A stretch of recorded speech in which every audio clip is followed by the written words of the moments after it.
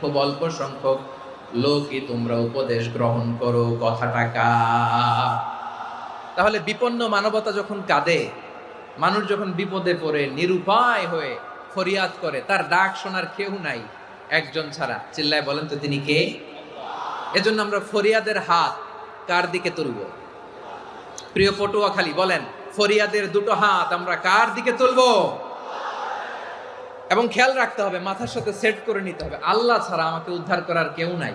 এই পৃথিবীতে কেউ আপন না। প্রিয় ভাইরা, বিপদে পড়লে বোঝা যায় কেউ আপন না। আপন শুধু একজন মহান সত্তা, তিনি কে? এটা কি আপনারা খেয়াল রাখতে পারবেন?